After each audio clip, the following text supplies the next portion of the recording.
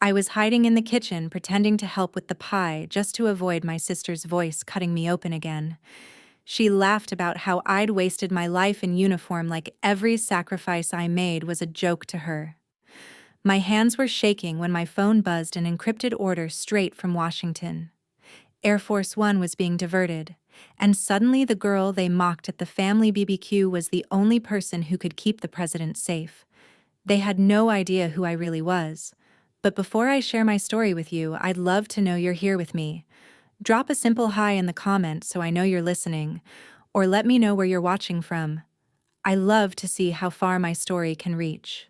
Thank you. And now, let me tell you everything. My name is Major Saffron Delaney, and for years I was invisible in my own family. If you've ever felt dismissed, underestimated, or unseen, my story might echo yours. Please subscribe to this channel not just to follow my journey, but to stand with anyone who's ever been made to feel small, when in truth, they carried the weight of something far greater. The heat of late summer pressed heavy over Cedar Hollow, and our backyard smelled of barbecue smoke and burnt sugar. My uncle had stacked wood chairs in crooked rows around the picnic table, and my mother was running back and forth between the kitchen and the grill apron dusted with flour. I stood near the edge of the yard, feeling the dry dust grind against my shoes, while cicadas droned in the background. A pie cooled unevenly on the windowsill, the crust already scorched around the edges. Everyone laughed loud and careless, as if the world had shrunk to nothing more than ribs on the grill and gossip about who had bought a bigger truck. Larkin, my younger sister, sat in the shade of the porch phone propped in her manicured hand, announcing her new follower count with the practiced pride of someone used to applause. 30,000 and climbing, she said, eyes flicking toward me. Too bad you're stuck in some boring government office. Imagine if you actually had a life people wanted to watch. Her words stung in ways I didn't let show. Wyatt, my cousin, puffed up beside the cooler, eager to remind everyone of his latest real estate deal in Portland. This app I'm beta testing predicts airport traffic. No way a big jet would ever land here, no runway long enough. He grinned as though he'd uncovered the secret of the universe.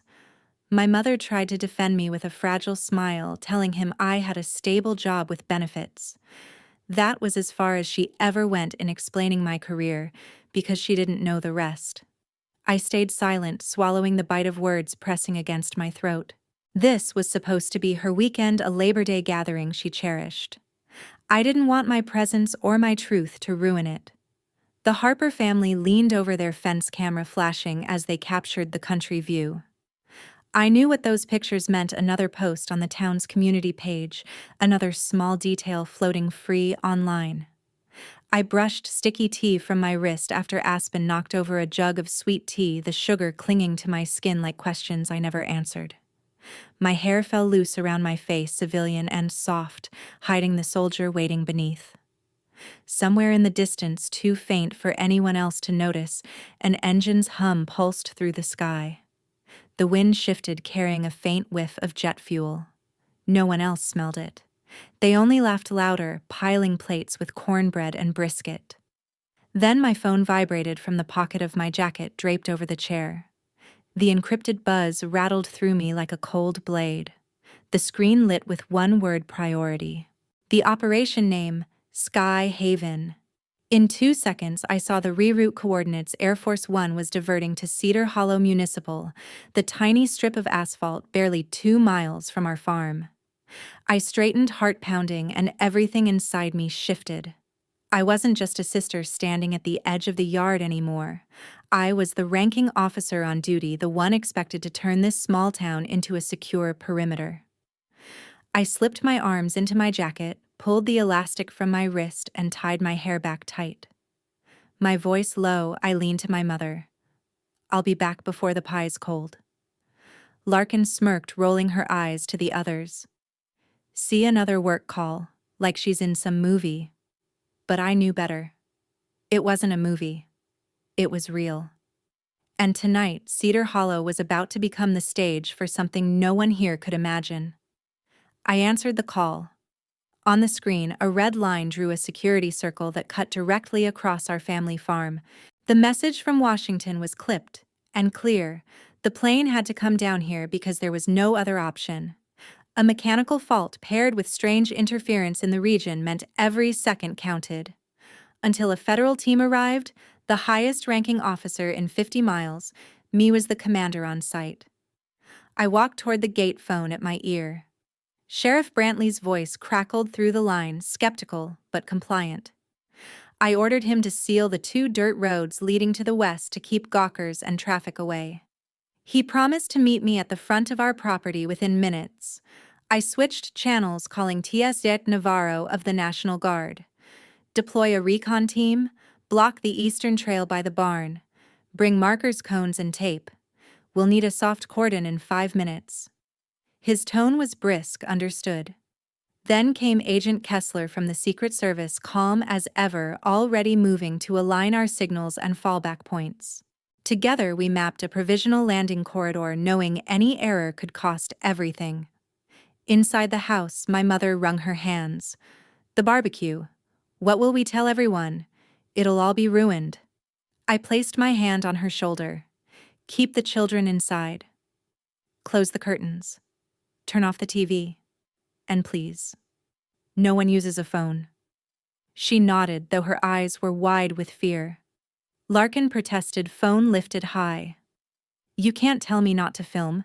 People will go crazy for this National Guard choppers in Cedar Hollow. It'll blow up my feed. My voice cut sharper than I meant. Put it down. One wrong frame, one careless geotag, and you put every life on that plane in danger. Wyatt scoffed, shaking his head. This is America. Freedom of recording. You can't just... I turned on him, eyes steady. When this line is drawn, Wyatt, it's no longer a backyard. It's a security perimeter tied to the President of the United States. His mouth snapped shut. I stepped outside, pulling a coil of white rope from the shed. I stretched it across the yard, staking it into the dirt to form a crude barrier. To them, it looked ridiculous. To me, it was the beginning of control. On the porch, I spread out the old paper map of the farm, one that once charted irrigation ditches and fence lines and marked the trails as tactical routes. My chest tightened with memory. Syria years ago, evacuating a convoy under fire. I'd learned then that survival depended not on grand gestures, but on creating order inside chaos. Tonight would be no different. Keep rhythm, keep the signal, keep them safe, I whispered to myself. Then the first twist arrived. The updated coordinates from Kessler redrew the circle, and now the outer ring of security bisected our land. My family was no longer just spectators, they were inside the perimeter. That meant restrictions. No wandering, no phones, no stepping outside without clearance. I faced them and delivered the order. Larkin's voice shot back. You're turning our house into a base camp. My mother's silence cut deeper. For the first time, she saw not her daughter but the officer. The army had trained someone who could give orders that changed lives. In the distance, the shriek of sirens broke across the hills. Patrol cars rushed closer and voices carried as neighbors gathered along the fence. Someone launched a drone into the evening air, its blades buzzing like a mosquito. I called Brantley again. Voice sharp, no fly zone, take it down now. The clock on my phone ticked faster. The ETA narrowed the margin, shrinking to minutes. Then Kessler's final message came through, update. Landing window tighter than expected. Eastern corridor must be completely clean. I lifted my eyes toward the barn, toward the dark trail cutting through the trees, where kids used to sneak off during summer nights. It was the weakest point of the perimeter. And now, it was my problem to solve. I popped the trunk and pulled out my field jacket, the soft cap, the plastic name tape I keep rolled in a pouch. The cotton elastic snapped against my wrist as I gathered my hair and cinched it tight, the small, familiar sting that told my body we were done pretending. I didn't wait for the sheriff to come to me. I went to the gate to meet him. Brantley rolled up in a swirl of dust and skepticism. He was a big man, sunburnt at the back of his neck, hand already on his belt, like he expected this to be about noise complaints and teens drinking in the orchard. I stepped into the headlight wash and briefed him in under 90 seconds the way years of triage had trained me. We were holding a temporary security perimeter tied to a diverted federal flight. We had to reduce public line of sight, keep the corridor clear, and prevent any signal leaks that could complicate the approach. I pointed with 2 fingers north fence line where neighbors had started to cluster, needed to be dispersed now. The eastern trail by the barn had to be sealed and watched, no exceptions. Local deputies would handle crowd and drone mitigation. The guard would raise soft checkpoints and control choke points. I'd coordinate the approach with Agent Kessler. Radio discipline, I added. Short. Exact. No speculation. All updates through me or Kessler. He squinted at me like I'd swapped faces. Heard you were a paper pusher. Tonight I draw the line we all walk through safely, I said, and watched the doubt sink back a shade behind his eyes. He gave a single nod and spoke into his shoulder mic. Red and blue flashed down the road as more units swung in and fanned out. I flagged Tisaik Navarro over the net and directed him to the low meadow that formed a shallow bowl east of the barn. That depression can bounce signal, I said. Sweep for temporary antennas. Odd power packs, anything with a blink rate that doesn't belong. 300-meter radius. Work dark. He acknowledged crisp and peeled a team toward the tree line. Inside the yard, the wind shifted cooler, now carrying that thin metallic tang that rides ahead of jet engines. A drone's insect buzz rose, then wobbled as a deputy tracked it with a handheld gun and forced it down behind the Harper's shed. Yellow tape slithered across the eastern path, catching the porch light in a sickly shine. My mother hovered at the kitchen door, eyes glassy, apron still tied over her dress, as if flour and fear were just 2 parts of the same recipe. I went inside because I had to. Larkin stood in the hallway with Aspen, whispering like they were watching a show. It really does look like a movie, she breathed, as if aesthetics counted for something. This isn't content, I said. New rule for the house. 3, actually. No posting, no calls, no one leaves. If you break that, you'll be treated like any civilian inside a federal perimeter. You can't mean us, she said, incredulous laughter tucked into the end of the word. I do. Wyatt opened his mouth and closed it again.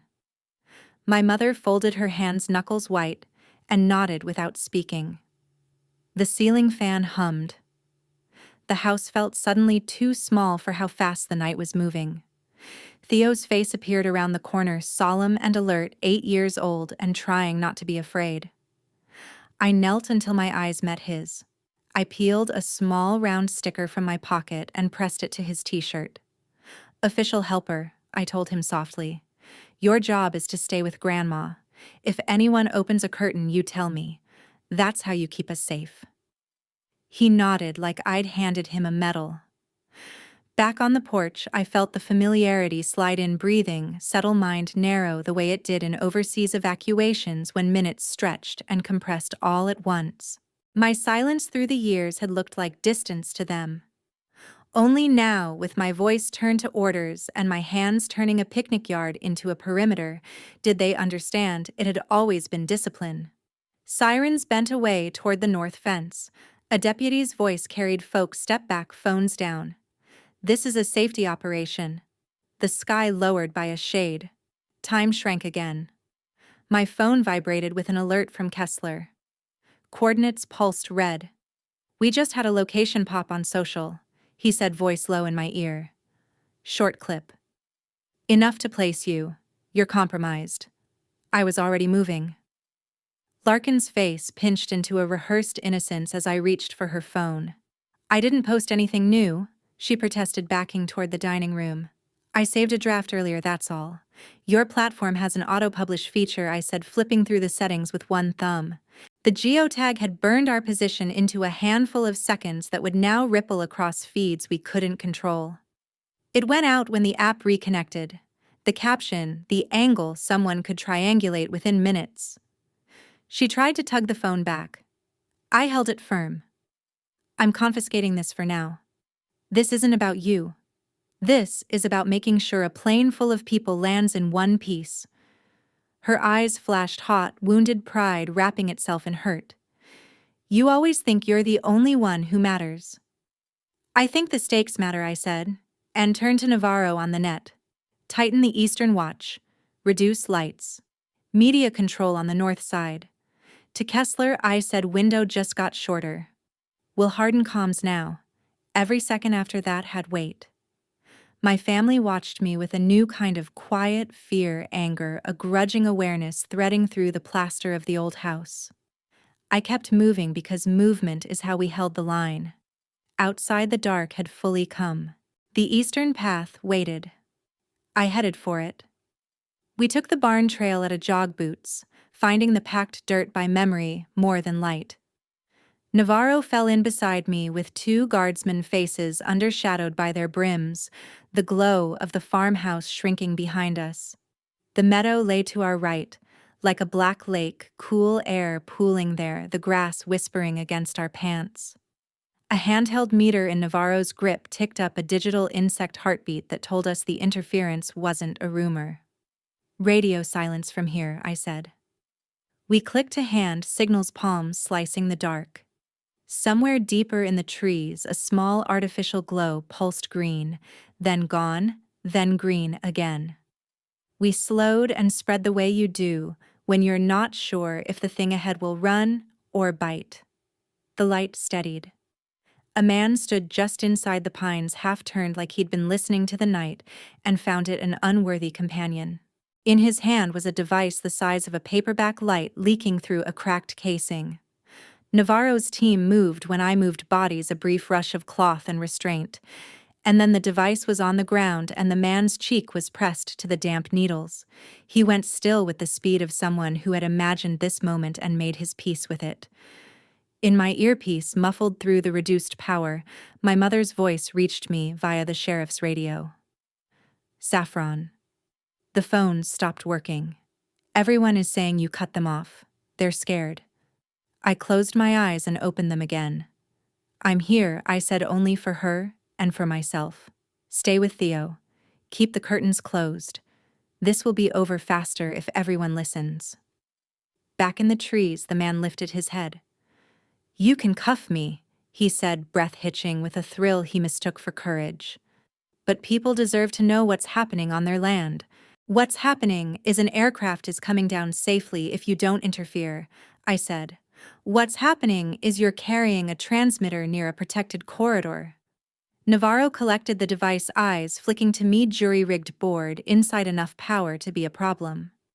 I scanned the man's jacket and found a stitched patch in colors I knew too well from briefings, a domestic extremist group that fed on grievance and rumor until it tasted like truth to the hungry. Had they followed me, or just watched this town long enough to know when to strike? Had my family's public doubt, my sister's running commentary made me easy to pick out of the crowd? The questions flared and cooled. Later. Not now. We searched him. No wallet. No proper ID. In the front pocket folded twice a scrap of paper with a single name and number. I didn't have to say it aloud.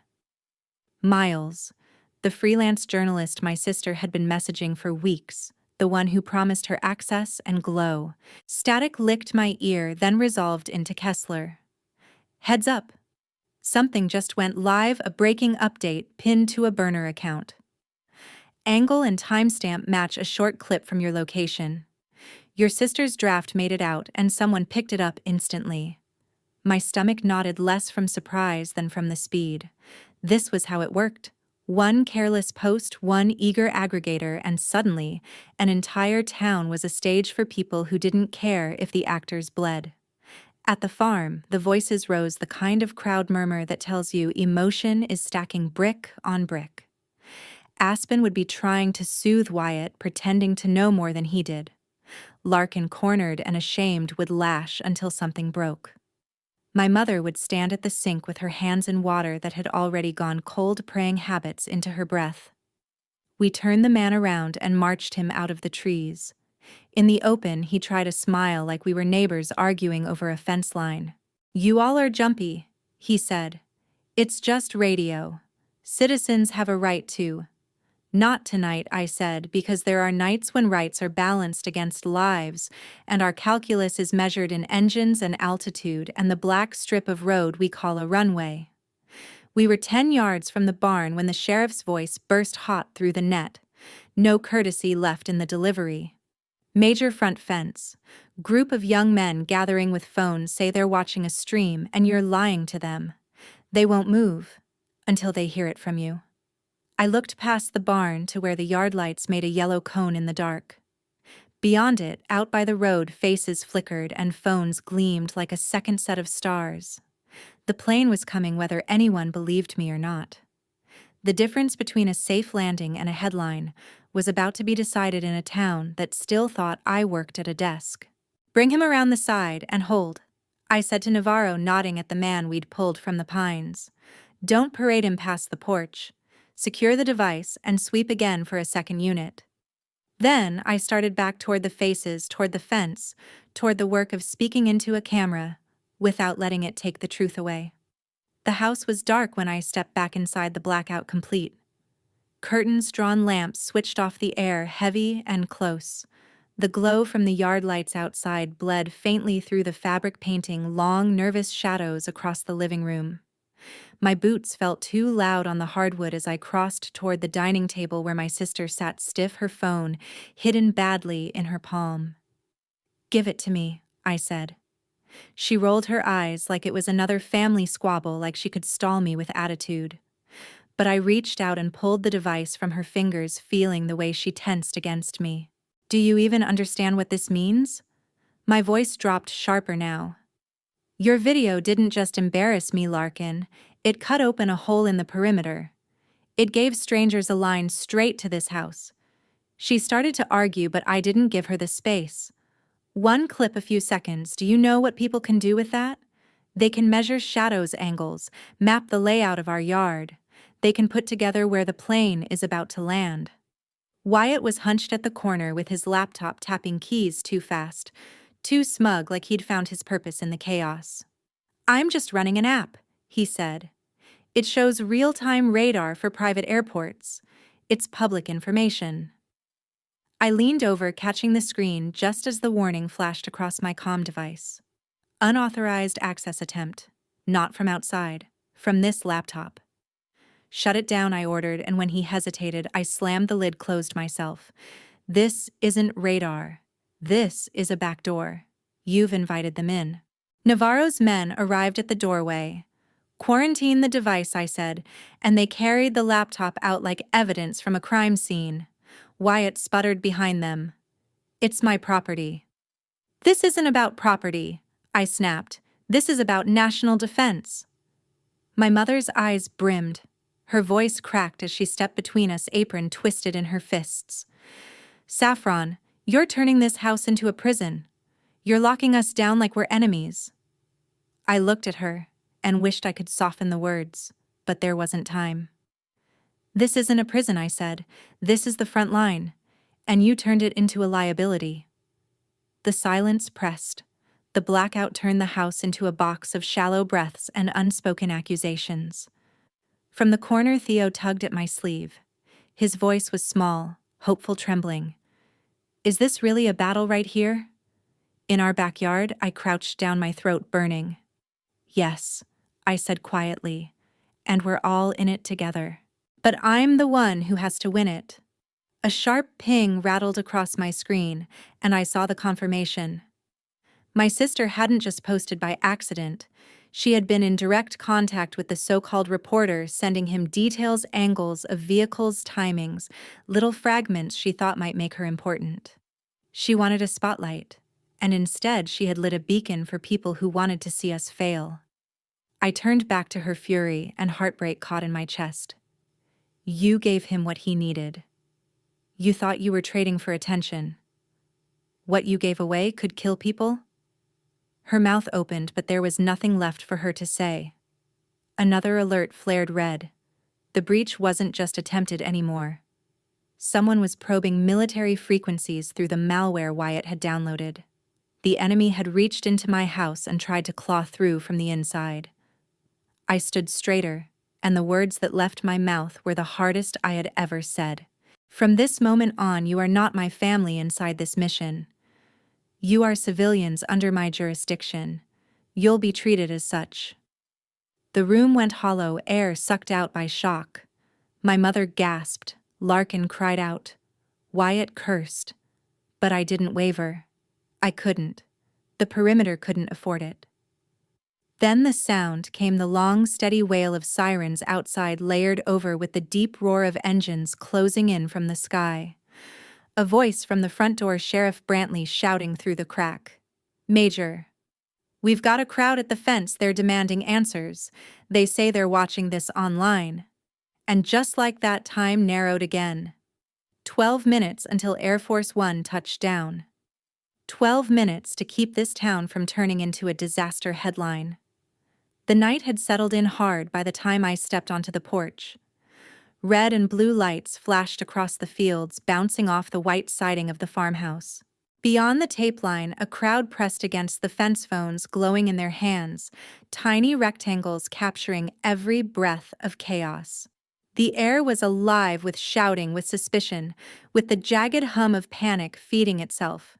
Brantley gave me a look that was half plea, half demand. They want reassurance. You need to calm them. So I stood on the top step, shoulders squared, and let my voice cut through the noise. My name is Major Saffron Delaney. I am the commanding officer on the ground tonight. My orders come directly from Washington, and I need you to understand that what happens in the next 10 minutes depends on all of you. The crowd bristled. Someone yelled, "We have the right to know." Another voice. What's the government hiding? The phones lifted higher, lenses gleaming like watchful eyes. The only thing I'm asking, I said steady calm, is that you stop live streaming. The safety of the president and this entire town depends on limiting what you share. This is bigger than all of us. A mechanical whine rose above us, heads tilted back. A new drone slid into the air higher than the last, streaming its signal straight to an anonymous feed. Deputies scrambled but couldn't reach it in time. My earpiece buzzed. A coded message scrolled. The source of interference was pinpointed not from strangers, but from the Harper residence itself. The very neighbors who'd been snapping photos all afternoon had been compromised or had chosen to play along. Kessler's voice dropped low in my ear. We've identified the so-called reporter. His name is Miles. He's not press. He's been flagged for extremist ties. Your sister's contact is the enemy. Inside the house, I heard Larkin sob, the sound piercing through the blackout silence. I didn't know she cried. I just wanted to prove I mattered more than her. My mother hushed her, but the truth hung sharp in the air. She had handed him everything. Another update cut through 6 minutes. The plane was descending, engines already trembling the ground beneath my boots. The runway length was limited, and the approach had to be absolutely clean. Yet the eastern corridor, the very line we needed clear, was clogged with townspeople shouting at the fence. I turned to Navarro, voice firm. Set a soft barrier. Push them back. Use the guard to block the corridor now. He nodded and moved men fanning into position. I walked straight to the Harpers, where the drone controller blinked in their son's hands. I pulled it free, held it high. This ends now. Turn off your feed. My tone was final, no room for negotiation. You can't take that, Mr. Harper shouted, but I didn't flinch. If you continue, you will be treated as a threat to national security. My voice carried across the crowd, silencing them for a breath. Behind me, I heard the breaking sound of my sister's sobs. I only wanted to be seen, she confessed through the door, voice thin and ragged. Evelyn's silence was heavier, the weight of a mother who had finally understood the daughter she had misjudged all her life. Then it came, the deep roar rolling low over the hills. The ground vibrated, a pulse that shook through the soles of my boots. On the handheld screen, the projected landing line stretched red across Cedar Hollow, cutting straight over the farmhouse roofs. I stood in the open yard air whipping against my face as the engines closed in. And in the last seconds before the storm broke, I told myself the truth I had carried all along: family or nation, blood or duty. Tonight they were the same. I lifted my hand and signaled every unit to brace for what was coming. The countdown had collapsed to 3 minutes. The night sky above Cedar Hollow was alive with the roar of engines, the ground trembling as if the earth itself braced for impact. Beams of approach lights carved bright halos into the darkness, washing the fields in ghostly white. At the fence, the crowd strained against deputies, their phones still raised high, glowing rectangles pointed at the farm like judgment. Inside the house, my family pressed to the windows, locked in by the blackout, caught between terror and disbelief. "Kessler to Major." The voice cracked over my earpiece. "They can't circle again. The plane has to land now." I grabbed the loudspeaker from Navarro and raised it to my mouth. "Clear the east path. Move the crowd north now." My voice echoed down the yard. Guardsmen surged to reposition tape lines, tightening bodies, forming a human wall. The mob at the fence only grew louder.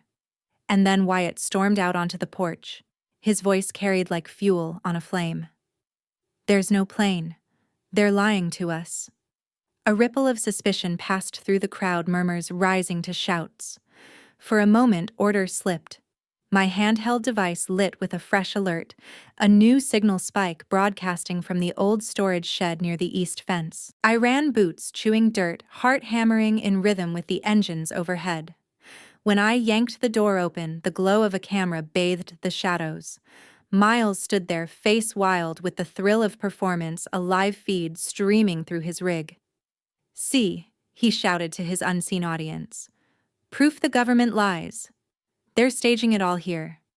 Before I could move, I heard my sister's voice. Larkin had pushed past the locked door of the house, her sobs carrying across the night. "I didn't know he was dangerous. I only wanted to be noticed." Her feet stumbled toward the shed, every step dragging her closer to the danger. A crack and a hiss split the air. Sparks burst from the device Miles had planted, flames licking toward a canister. Heat and panic surged at once. I tore my jacket off, smothered the fire with the fabric, and kicked the unit out the door, its sparks sputtering into the dirt before it could ignite. With one arm, I pulled Larkin back, shoving her toward Navarro's men. With the other, I drew my sidearm steel glinting under the shed light. "Drop it," I commanded, barrel steady. Miles froze, caught between bravado and the sudden realization that this was no performance. Navarro rushed in, kicking the transmitter aside and snapping cuffs around his wrists. The stream ended mid-sentence, his captured image frozen on screens across the country. Above us, the engines roared louder. Air Force One dropped into view, a massive shadow blotting the stars. The wheels hit asphalt with a thunderous clap only a few miles away. The ground shook, grass rippled like water, and a blast of hot wind whipped through the yard, tearing at the tape lines and scattering dust into the faces of the stunned crowd. I raised my mic, lungs burning. Perimeter secure, corridor clear. Kessler's reply came sharp and final. Landing complete. Mission accomplished.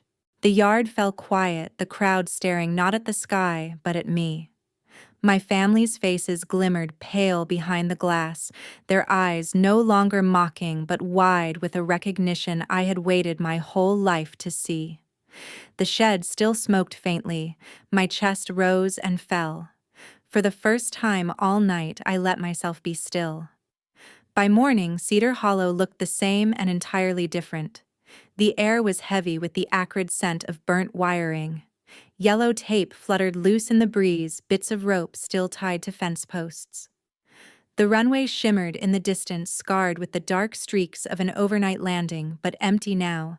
The plane, long gone, the president already safe. I handed off my report to the arriving federal team, brief and exact, the way duty demanded. They loaded Miles and the seized equipment into unmarked vehicles. Navarro gave me a short nod before moving to debrief his men. My role was ending just as it always did, fading before daylight could name me. Then Kessler's call came through. A small window on my screen flickered open, the president's voice cutting clear. Major Delaney, your discipline kept this mission intact. We are grateful. The line closed as quickly as it had opened, leaving me standing in the churned grass of my family's yard, the echo of recognition ringing where disbelief had once lived. Inside, the silence cracked. Larkin's sobs spilled her words, tumbling out with them. I've always felt less than you, always trying to prove something. I thought if I mattered online, it would fill the gap. I never thought it could get this far. I steadied my breath, the anger drained by exhaustion. Attention isn't worth more than the truth, Larkin. It never has been. Wyatt leaned against the wall, cheeks flushed with shame. I thought it was just a tech game, just data. I didn't realize. Your mistake nearly cost lives, I said flatly. This isn't a boardroom stunt. It's reality, and it could have killed hundreds. My mother stepped forward, her hand warm and trembling as it closed around mine. I've never truly understood you, she whispered. I've spent years watching you from the distance of my own fear. But last night I saw all of it. And I see you. The words I had wanted for years landed heavy, not as triumph, but as release. I unfastened my jacket, let it fall over the chair, loosened the band holding my hair. The room shifted, Major Delaney slipping back into the daughter they remembered, though neither role would ever look the same again. Theo barreled toward me, holding a crumpled page colored in marker. A crude drawing of a helicopter covered the paper, the words scrawled in shaky letters. Aunt Saffron is a hero. He thrust it at me with pride, and I felt the weight of every sacrifice lighten for a moment. Out in the fields, dawn painted the horizon gold. Smoke drifted low over the grass, catching the early light. The ropes and tape lay scattered, meaningless now, the farm no longer a fortress, but a home again. I looked across that field, heart steady. I didn't need applause. I didn't need parades. All I had ever wanted was to be seen. And in the hush of that morning, I finally was. The last words belonged only to me, spoken in the quiet of my own mind. Last night, I didn't just protect a president. I protected Cedar Hollow. I protected myself from the invisible cage my family had built around me, the cage named failure, and I stepped out of it for good.